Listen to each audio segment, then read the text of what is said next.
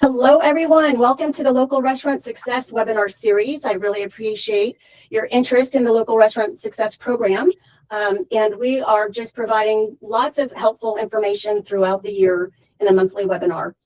And today's webinar is how to change consumers' behavior and dining patterns. I think that is really relevant in today's time because, I mean, everything always changes anyway. So if you're wanting to increase volume and grow sales and boost the average check amount, you're at the right place. So I'm Lauren Cleveland with EnvisionWorks Marketing and the founder of the Local Restaurant Success Program.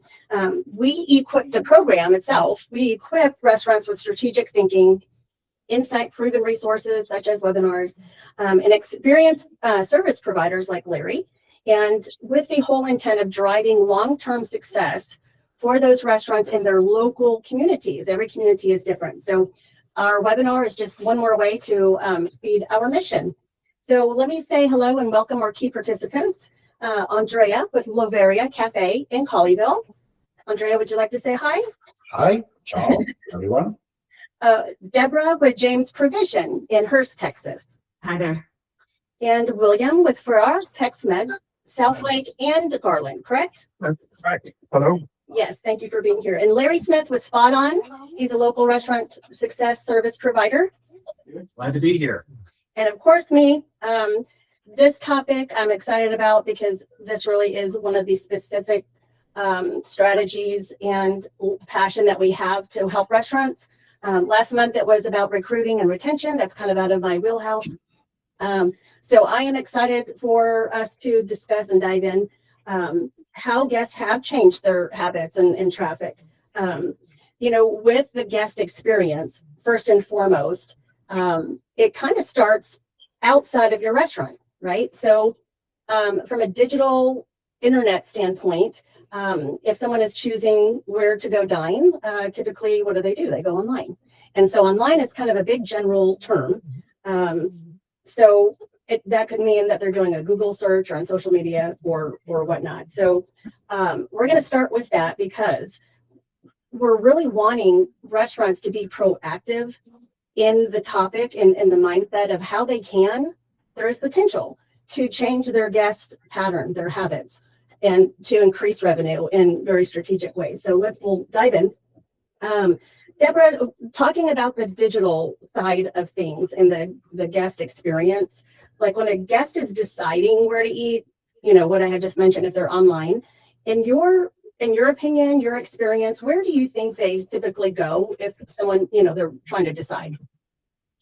Well, in this market, every market is different, but in the Dallas-Fort Worth area market, I think it's a lot through Facebook, Instagram, Google searches. Those seem to be the most prolific for us, and then certain keyword searches. And I also think it depends upon the business. Like, people are looking for what we do is very different than a lot of other categories. So you really have to strategize the way you're pushing your digital based on kind of like the value proposition of your restaurant. Absolutely. And that, I mean, what you just said it, you nailed it, because all of those digital resources are relevant. Some might work better than others. Yes, talking about Dallas-Fort Worth, but even being more finite, a restaurant in Colleyville and how they market might be different than the restaurant in Southlake and how they market. And just like what you said, Deborah, every market, not just metropolitan, but local community is different. And so one of the takeaways really from a digital standpoint is when you're putting that initiative in, think outside of the box. You're going to hear me say that a lot because we're thought leaders and very creative about thinking outside the box.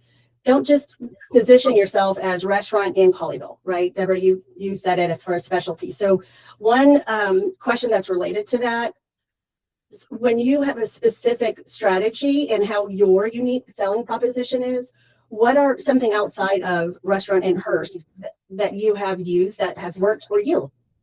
Well, we're a little out of the box to begin with. So we pull from a variety of different people. Like, we're a farm to table driven 100% scratch kitchen that is no seed oils, but we're doing very approachable food just in a little bit different way. So our menu kind of sort of like takes of this little West Coast meets Texas.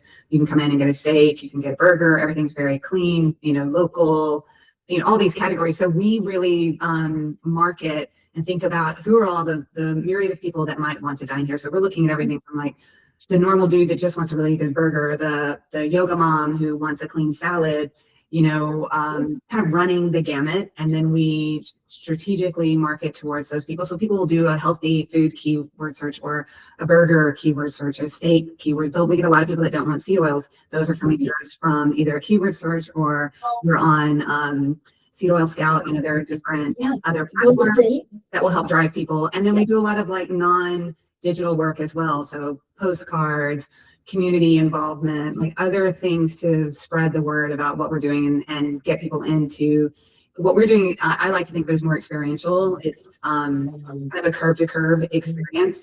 So we want people to come for the food, but also it's the experience when you get there. It's the vibe. And we get a lot of comments about the look, the vibe, the way they feel when they leave, so that we aren't looking on return loyal. We have some people that come 3-4 times a week, 5 times a week.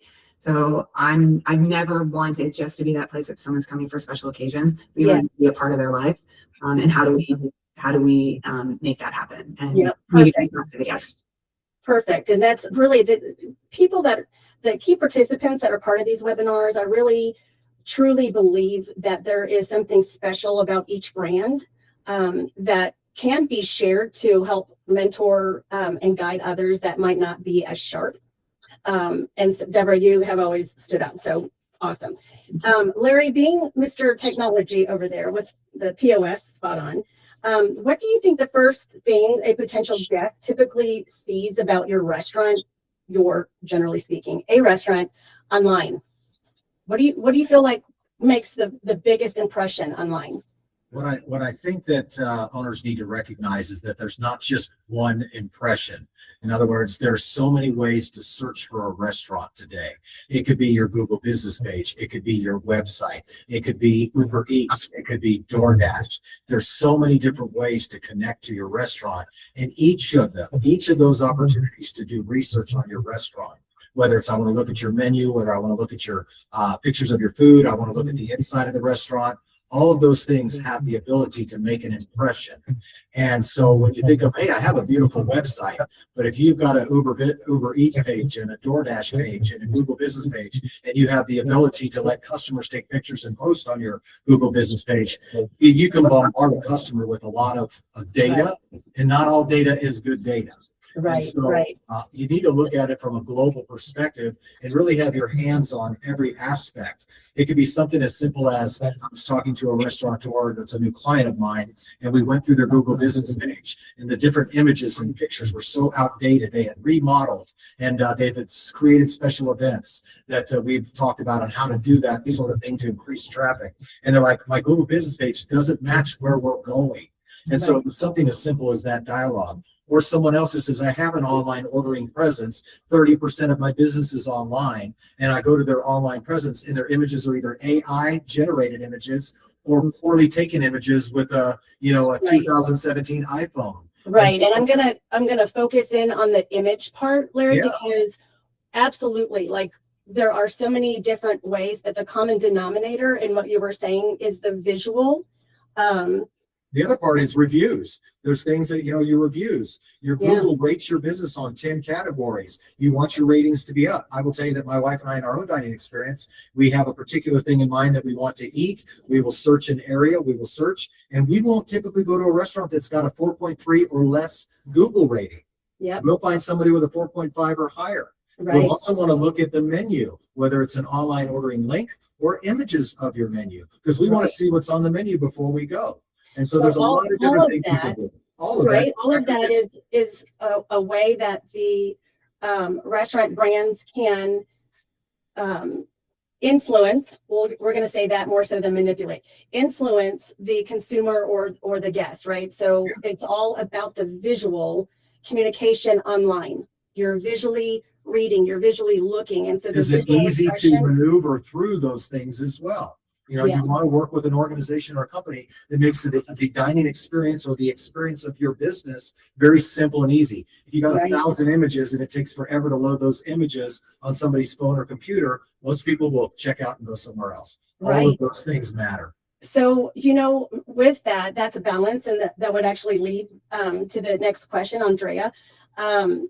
Website, directions, information about your business, and menu. So how often do you think guests go to your website and look at your menu prior to choosing to eat at Loveria?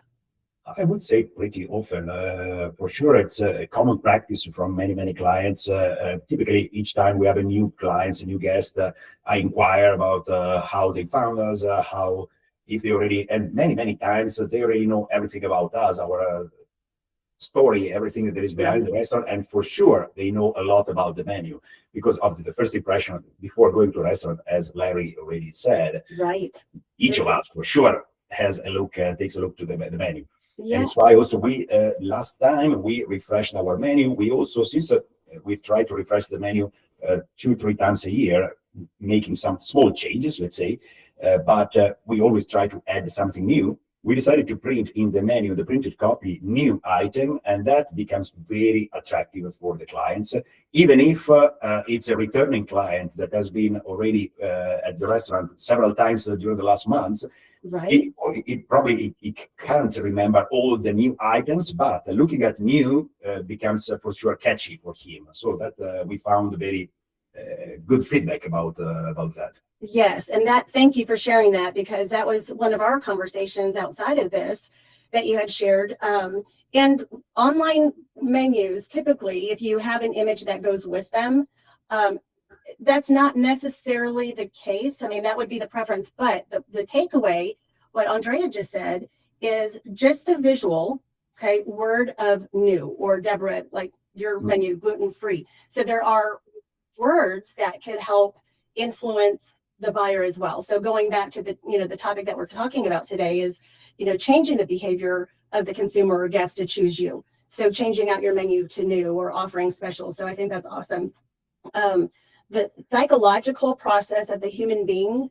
Sometimes I wonder if I should go down the path of in psychology, if you will, or marketing, but they go together, right? It's the mindset, it's what can trigger. And just little tidbit, you guys probably already know this, women tend to be the decision maker when it comes to dining choices. So not only do I tap into the mindset of the consumer, have the marketing mindset, but guess what? Female decision maker, we can help you get into that mindset. So those little things, the takeaway is beautiful. And knowing that once you have that, you can create some patterns. And William, with the patterns, generally speaking, weekends are always a higher revenue time versus weekdays in the restaurant industry. Why do you think some days of the week naturally struggle for traffic? Like, what patterns have you noticed in your own business? Well, I think that, that's always an interesting question. Back in the day, I mean, people were passive. They would create a menu and then you just kind of observe what was going on through the course of the week. For us, I mean, I would say the expectation, or the expected answer is to say the weekdays are slower. Actually, I'm very aggressive and very proactive about this. I create interest on those slower days to make those days my biggest days. Right. We get a natural influx of customers after work time, meaning after 5 in every day. So what I do is I target the niche that I'm going for and really market it that way. We had a complete buyout last night, a corporate buyout. We shut the restaurant down at 4 o'clock and retooled and then and turned what would have been a slow Tuesday night into a revenue that would surpass even last Saturday night. Right. So for me, I don't look at them as slow days. I look at them as open days for marketing or being entrepreneurial and driving business. I do like influencing. I like the word that you were, the terminology for doing that. I think mostly the reason that days of the week struggle is because people don't take ownership for that and then don't meet the needs for those days. There are business people that are looking for places to have dinner on just as many on Wednesday as on Saturday, and probably with fewer locations to compete with on a Tuesday night or a Wednesday night. So I look at it really different. My slow nights are opportunities. I'm That's kind of the like, key. yeah, I love it. because Saturday night I'm going to have a lot of traffic here. I can't host a big group. You know, if you call me at 6:30 and you want to bring 15 people, I probably am not going to have a way to honor that. But you do that on Thursday, absolutely. So I really promote my locals, you know, and I know our niche. I know who's going to be looking and what kind of space and availability we have on those slow days. Yes. So three keywords that you said that I absolutely love is the time frame. The open time is time for opportunity. Now, having the entrepreneur mind and mindset, you know how to capitalize or how to strategize for those slower times, and you make it work, right? Right. The other is knowing your niche. So just an example in our experience when we partner with restaurants, tapping in. I never hear a restaurant say, oh my gosh, we're so busy Friday and Saturday, and we want you to drive more traffic in for us. It's usually, no, we're so slammed Friday and Saturday, we don't need you. And so then it is, okay, let's talk about the open gaps of revenue opportunity. And what does that mean? And so we'll use your example, Tuesdays, right? So if it is if you have a restaurant, Loveria, you're not open for lunch, right? And so Andrea and I have talked about if there's a corporate event, corporate booking that requires lunch and a conversation, William, just like what you said, they can book the restaurant and Andrea can make accommodations, right? Thinking outside of the box is going to be a common denominator, I think, from all of you that is always encouraged to others. That's what we are about. It's hard to say why us. It's because of how we think and thinking outside of the box, knowing those open time frames and creating opportunity. Just something that someone thought was really odd became a big money maker. And here it goes. Local restaurant success, by the way, started in 2018, right before COVID. And so COVID forced everybody to think outside the box, right? I mean, you had to think differently if you were going to succeed. And that's really what flourished this program. Thinking outside the box, Slower Tuesday. Did you know that this may be your niche or not? You might not want this niche into your restaurant. It just depends. But senior living facilities, they do day trips and they load 40, 50 people on a bus or buses, okay, and take them out for a day outing, right? And so we have coordinated with certain restaurant brands, obviously other restaurant brands are not going to really be into this. Point being is how it's a unique thought and how it generated revenue. So the contract was between the senior living. A lot of times, if you're retired, they don't have money. We can't upsell them, right? They're retired. Well, sometimes the senior living facilities are the ones who actually buy. It would be like them ordering catering coming in. They're just transporting their community to different restaurant facilities. So those are the different out of the box strategies that we'll talk through with restaurants. And we encourage everybody to, have a conversation with other restaurants, tap into local restaurant success partners and talk through that and brainstorm. So Larry, from Spot On in a technology standpoint, do you guys capture data as far as like percentage of day traffic?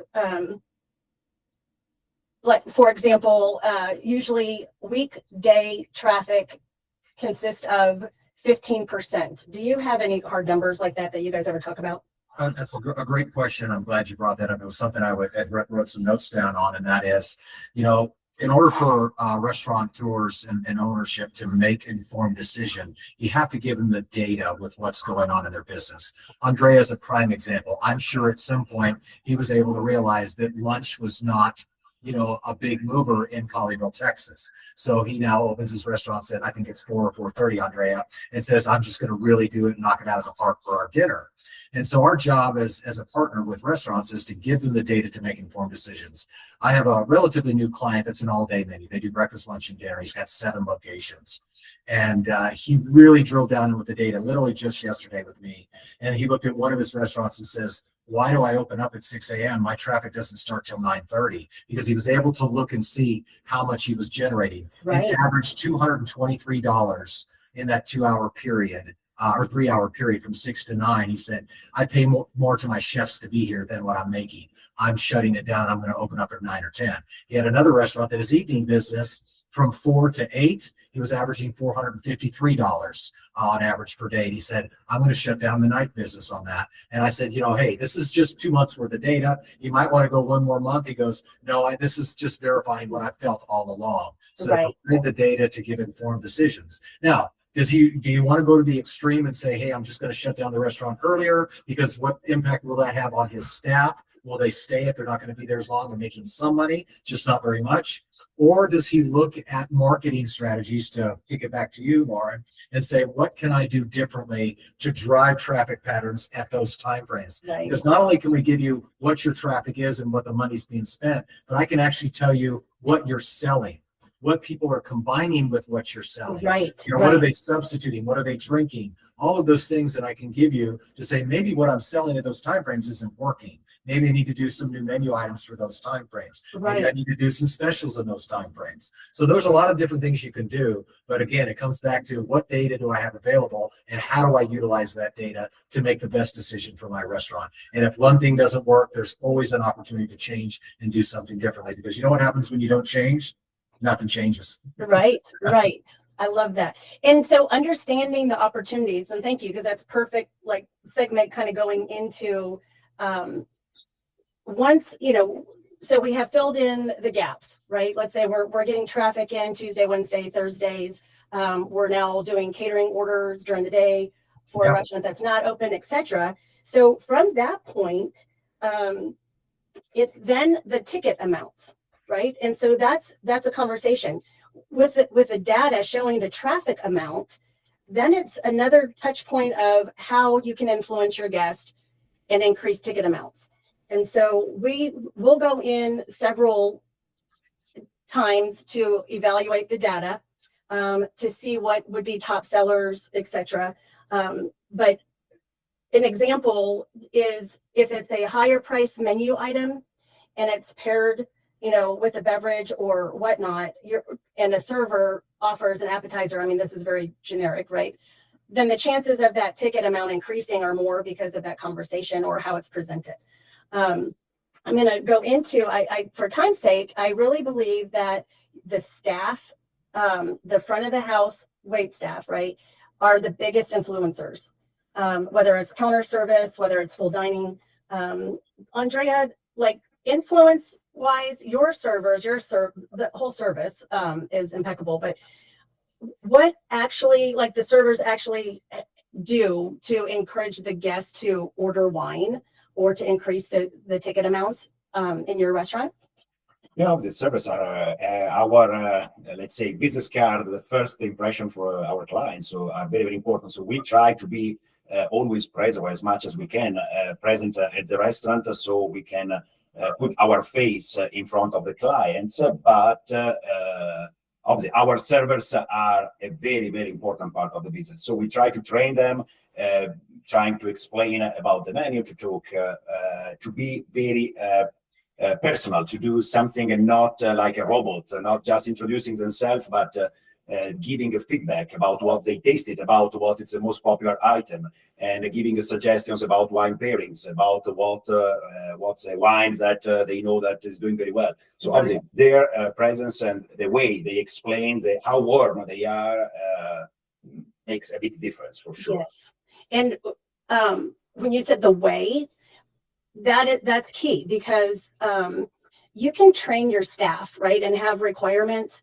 And several times there might be pushback on our part when we go in and lead a team meeting and saying, okay, we're going to push ticket amounts up to this for this month, and we're going to evaluate whoever sells the most of this, whatnot. It's not about being pushy. It's definitely not about being pushy, right? All three of you, your restaurant brands, the service and the people behind it really say something and are really good examples for others out there. So Deborah, in your case, how do you train your staff to have those conversations so they're not pushy? Like, your staff is so friendly and I always just feel welcome. Oh, that's nice. What's kind of, training and team meetings that you lead to help? We spend time creating a culture, creating a vibe. And I want repeat. Oh, sorry. Sorry. I want, I'm looking for repeats. So I don't ever want a guest to feel like we upsell them ever. I find that if it's visible and up front, it's not something that I enjoy as a consumer. But there are subtle ways to do that. So we teach them the culture and the vibe, and then why we're different in the way in which we approach food, the way we want people to feel welcome, and the overall like realm and environment that we're trying to create. Then I want them to have their own personalities. Like there's a narrative and a language in the way that we talk about what we do and how we source. But I want it to feel personal. So I don't uniform our team. I also don't give them like copy, but we teach them talking points, how to say this over that, how to talk about how do you want your steak cooked, or let me describe this particular wine, and then letting them taste the food, showing them the process so that they feel, I want them to have ownership in what we're doing, and that they feel a part of the whole process, and then pick their favorite thing. So, when we bring out new dishes or onboarding new cocktails or non-alcoholic cocktails, we're teaching them the story behind that particular dish or item or that producer, letting them try it, and then letting them kind of form their own opinions. And I'll often hear them say, oh, this is my absolute favorite. What do you like? How are you trying to dine? And then they'll navigate accordingly. And then, we have guardrails. So if I, experience something that is really off brand, then we just kind of say, hey, everyone's going to come to the table with their own experience and language of how they've learned to talk about things. Right. And then we're just teaching them really our culture. And so instead of saying this, let's try that. Right. And kind of like gently navigating them so that it feels like, as someone else said, I don't want it to feel like a robotic copy cutter. Yeah. It's a natural. It's a chain experience. Even if we were a chain, which we're not yet. But if we were, I don't want them to feel that way. I want it to feel very individualized, not only that they've come to a place that has a point of view, but that we're giving individual service for that person and they feel seen. Yes. And it is. It's a natural conversation. And that's usually in team meetings, to pick your favorite authentically to where you can talk about it, and I wish you were part of last month's webinar, because when we were talking and discussing recruiting and retention, one of the takeaways was the person in our world and the different generations, the personality is something that's really big to pay attention to, because you can always teach. Yeah. Okay. You can come in and they might be an expert at spot on. Okay. But naturally, they're not going to have a conversation with your guest about their favorite dish and how they absolutely love this. They can learn spot on all day long, and you're never going to, be able to really improve that. You can fix it a little bit, but anyways, that was last month. So what you're saying is actually spot on, no pun intended. Mr. William over there. So when we're talking about increasing ticket amounts, beverages, so we have lots of categories in beverages, right? So if it's the bar, cocktail, beer, wine, mocktails are a big trending thing, or just, a tea or lemonade really add up to revenue. Tell me about how you and your team sell or suggest beverages when someone says, oh, I would like a water with lemon, please. How do you guys handle that? I think William had to step away. I'm walking across the restaurant right now. So No worries.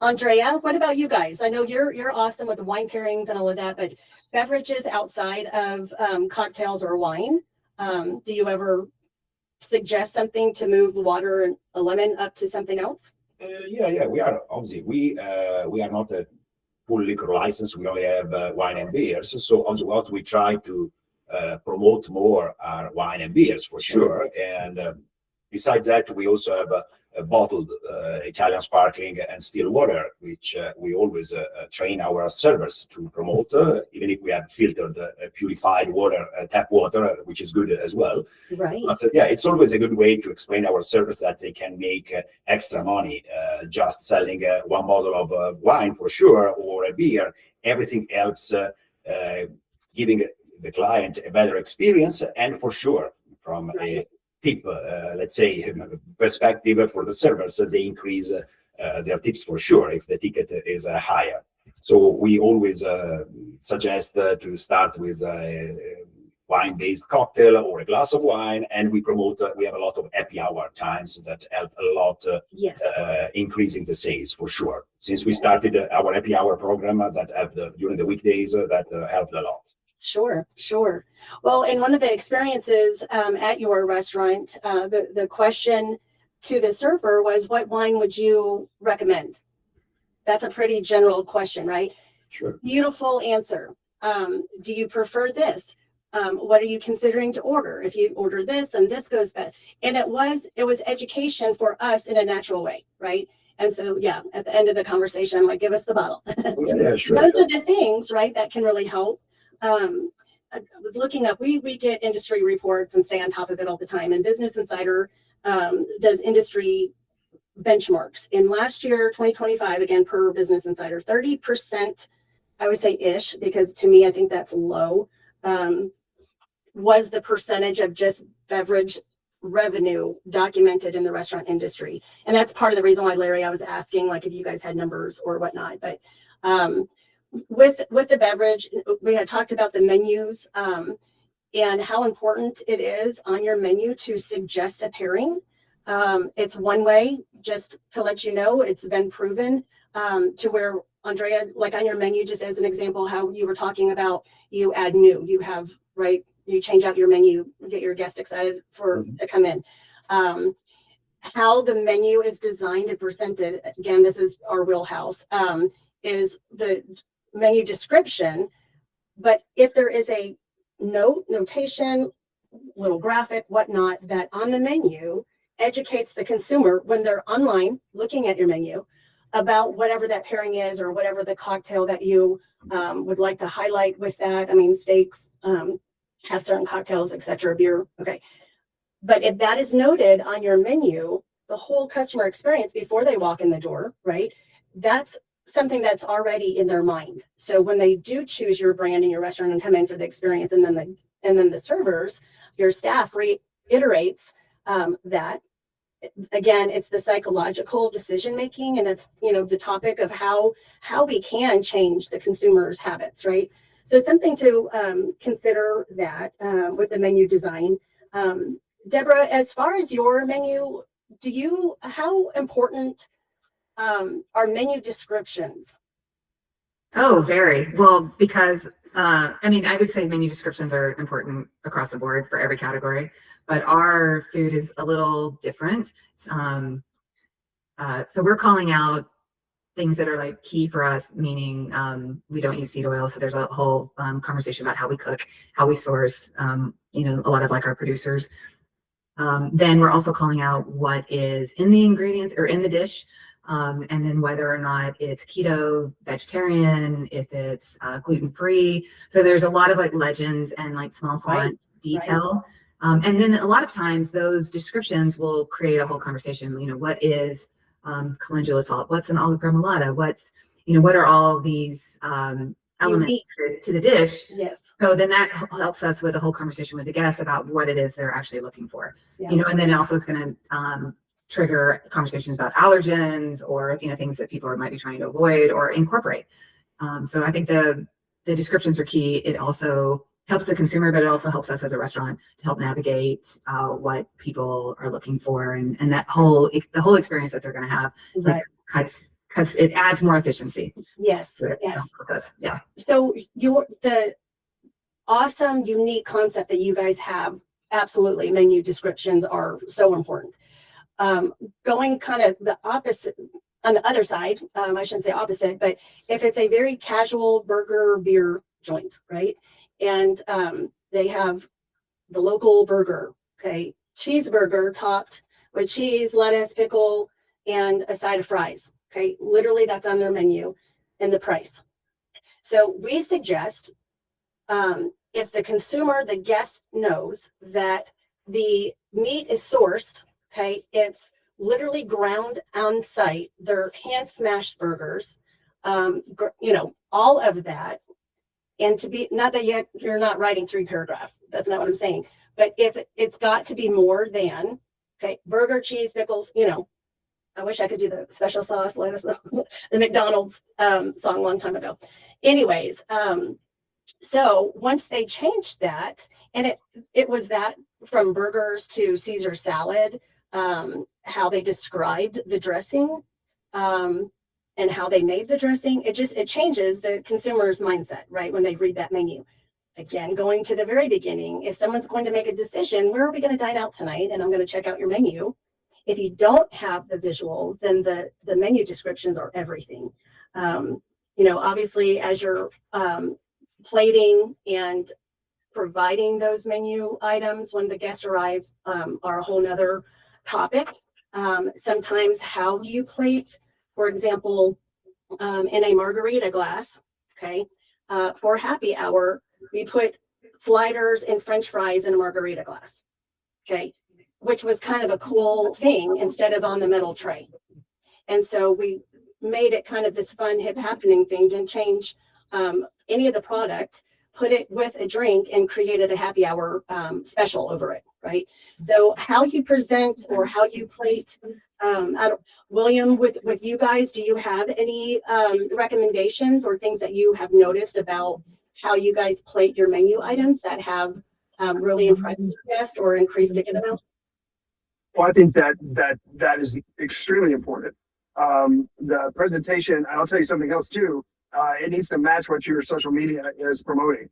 I see so many restaurants that I go to. I'll look at their dishes online, and then when I get there and order that dish, it looks different.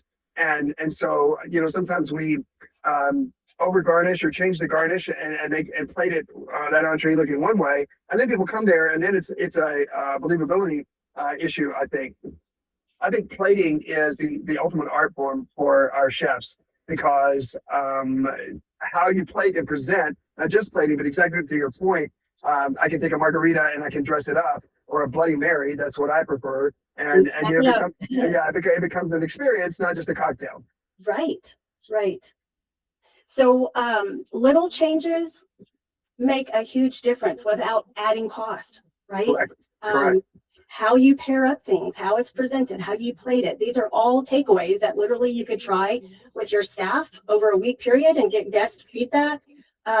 But they make a huge difference and ultimately can control ticket sales to go up, right? So we do a lot of education like that when we hold team meetings and do contests and things. So menu bundling is what we call it as well, along with the pairing, just as a takeaway to be able to present that on your menus, not just have your staff verbalize that. So creating the perceived value, as we're starting to wrap this up, there are different strategies that are out there. And Andre, I'm going to ask you this. It's kind of off of our record here, but the experience of having a restaurant highlight their most expensive dish, do you think that has influence on the guest to order something else? Like there's always a premium price item, medium and low. What's your thoughts about highlighting that premium price menu item?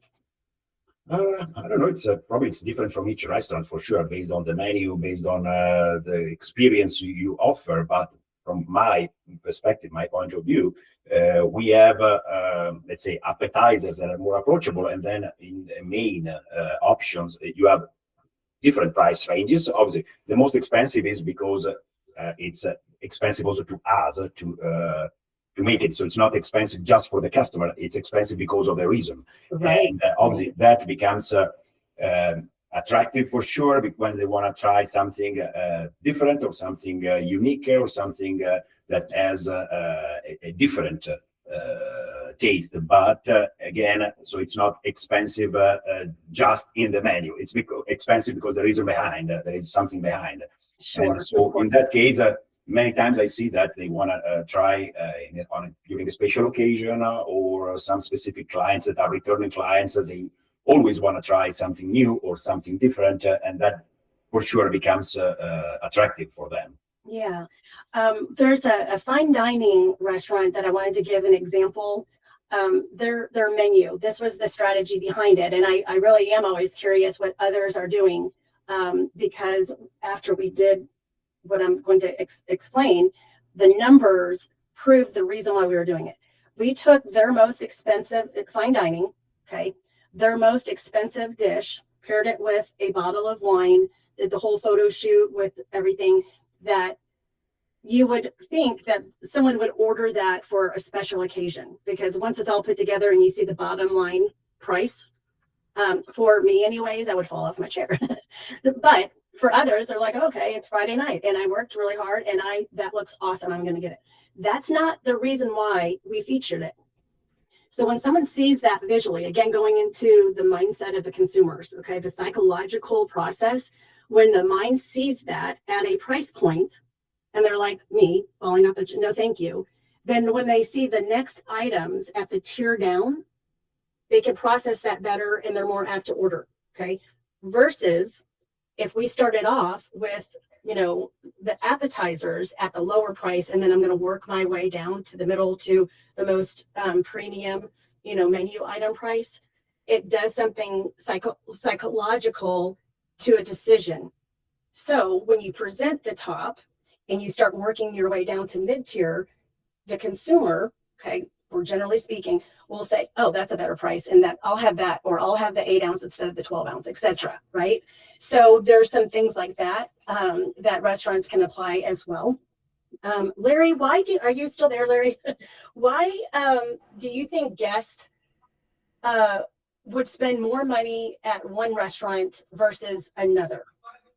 I think there's a misnomer that people are not spending money anymore. I think people are just being more choosy with where they spend their money. I don't think that, I go into restaurants all the time, and including my existing clients, and they ask the questions, is it as slow at other restaurants as it is mine? Sometimes the answer is yes, sometimes the answer is no.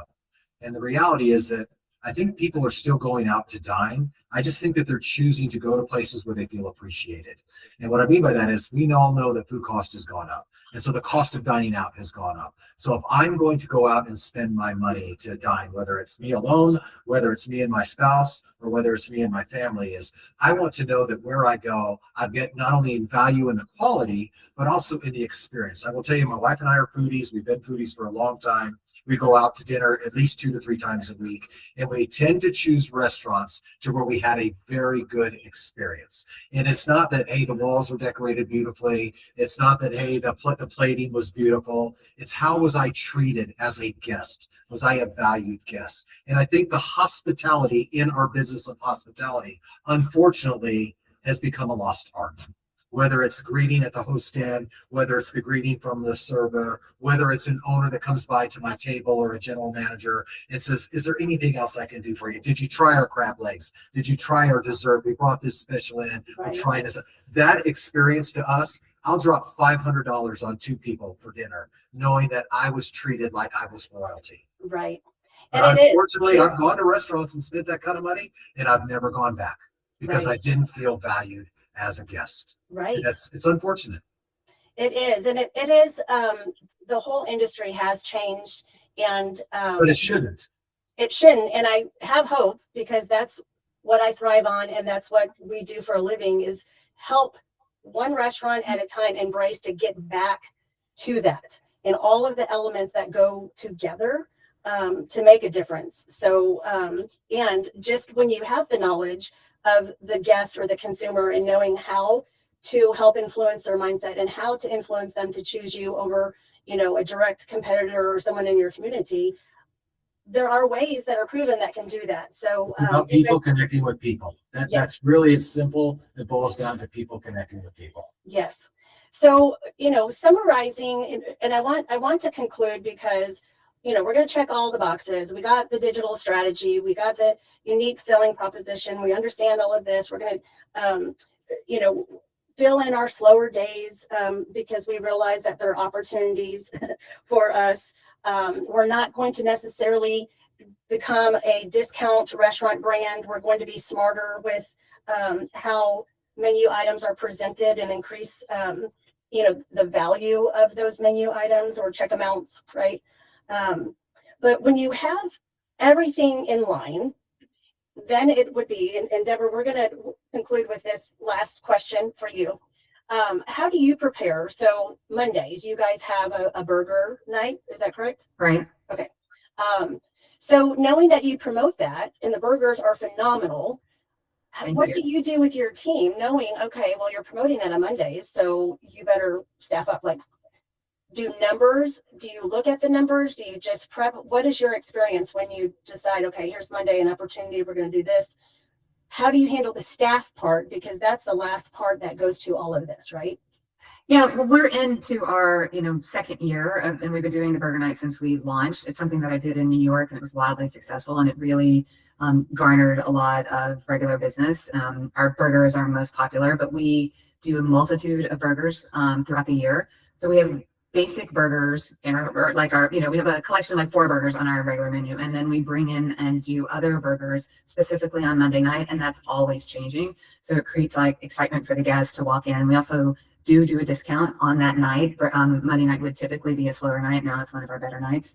Yeah. So we do $2 off burger, beer, and wine. They can only get it for that particular night, but they're going to walk in and they might see a fried green tomato burger or prosciutto burger. And these are upscale burgers. They're done really well. And the ingredients are really beautiful.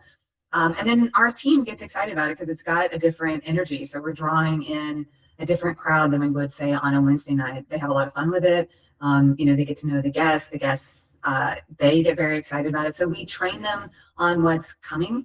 I'll send notes out to the team every Sunday night. It's going to prep them for what we're doing that week. And Burger Night is always included in that. Kind of walk them through. We'll give them a taste test and then just let them kind of, roll with it. I'm there a lot, pretty much 7 days a week. So I'm always kind of looking for feedback, what's working, what's not working, pivot as needed. I think there's always going to be opportunities to correct mistakes. We're only as good as the team that is there. We're only as good as our last. Starts with leadership. Yeah. No, but it also, starts with being able to hear what your team is telling you, what the guests are telling you, and what's actually working. We look at the numbers. I look at numbers every single day. I can run my Pindex. Right. See which dishes are pushing, which ones are not. And sometimes there's big surprises. I'll, not throw something on the menu, but we just put we did a story on cabbage. So we did a cabbage Parmesan crisp, which is keto. And it's, cabbage is kind of like hot right now. And it's delicious, but I didn't know that was going to sell that well to our audience. And it's selling crazy. Like people are into this, it's like a Parmesan cabbage crisp. And I would have never predicted that in a million years. I thought it would be sort of like a niche, sort of nuance item. And then the data backs that up, right? What's that? The data ends up backing that up. Yeah. You see the traffic patterns. Yeah. So once you have that ultimately you as the owner leadership can do the labor decisions, like how to staff up, how to prep, now that you have all of that. So that goes into the whole mix. So yes, phenomenal. And I believe that the 3 of you on here are trendsetters. And so that's a huge compliment because not only embracing the brand, sharing the culture, but participating in this conversation and sharing what you authentically do can really trigger someone else to make a decision. So I really appreciate it. And this is for everyone because the goal for these webinars is to have some takeaways for not only us, maybe you guys have learned something too during our time, but for those that come back and watch the recording. Larry, what would be one strategy that you think operators can implement this week, within the week, to improve traffic and sales? That's a pretty loaded question, isn't it? Are you there, Larry? Yeah, I'm here. You didn't prepare me on that question. So it's got to be. What can we do to improve traffic patterns? So you're asking on days of week, weekends, sales. I mean, they go hand in hand, but you can increase sales without increasing traffic, just right? Oh yeah. So if you're looking at that, I was running some numbers earlier, and I'm going to use round numbers just to tell you just a small change in training of your staff, educating your staff, the impact it can have on your business. So think about this for a second. Let's just say I increase my ticket. Let's say I sell one more appetizer. I sell one more dessert. I sell one more cocktail, even a mocktail or a beer. Let's just say I take that average of $10. Let's just say I do 2,000 tickets a month. Okay, I don't know how many tickets each of y'all's restaurant does. I'm just going to use a nice round number of 2,000. Let's say of those 2,000, 25% of those 2,000 tickets, I can do an upsell at an average of $10. How much does that impact your business? It's $75,000 a year and $22,000 in increased tips to your staff. Yes. Just by simply 25% of your tickets, you upsell it by just $10, the impact to your business. Little changes, big profits. Right. More money for your team. Right. Create some loyalty with your staff. And that's really taking the little changes and implementing them for big results. It doesn't have to feel overwhelming to apply. When a lot of times when we say change, it creates this anxiety, but it's the shifts, the little shifts that have the big impact in the numbers behind it, as Larry said. So, Andrea, what about you? Like, last one for time's sake, so we can respect everybody's time. But what is it that you have experienced? One strategy that you could share with someone else that they could do to improve their traffic or sales? Oh yeah, we tried a lot. As you know, small businesses, they need to be very creative. So each day it's a new adventure. But for sure, since as you know, I'm a wine lover and wine passionate, doing weekdays happy hours and helped a lot. Having clients trying new wines, trying new cocktails, let's say, but having the opportunity to drink at a lower price, a more approachable price, and even if the markup is lower, it's better to generate more revenues and to move faster the shelves. So I would say that this is the most impactful strategy that we found very efficient in the last months. Very good. William, any feedback or direction you would like to give anybody before we conclude? No, did he hop off? All right. Well, you guys, thank you everyone for being here and for signing up and watching. I hope today is very beneficial, and I hope that one tidbit makes a big difference in your world. That's what the local restaurant success is all about. There are ways to change consumer behaviors. You can be proactive and really define dining patterns. So if you have questions and want to connect with any of us on here, please visit the Local Restaurant Success website and mark your calendars for next month, April 8th. Our webinar will be over cost control solutions and how to negotiate with your suppliers. So thank you again, everyone. You have a great day.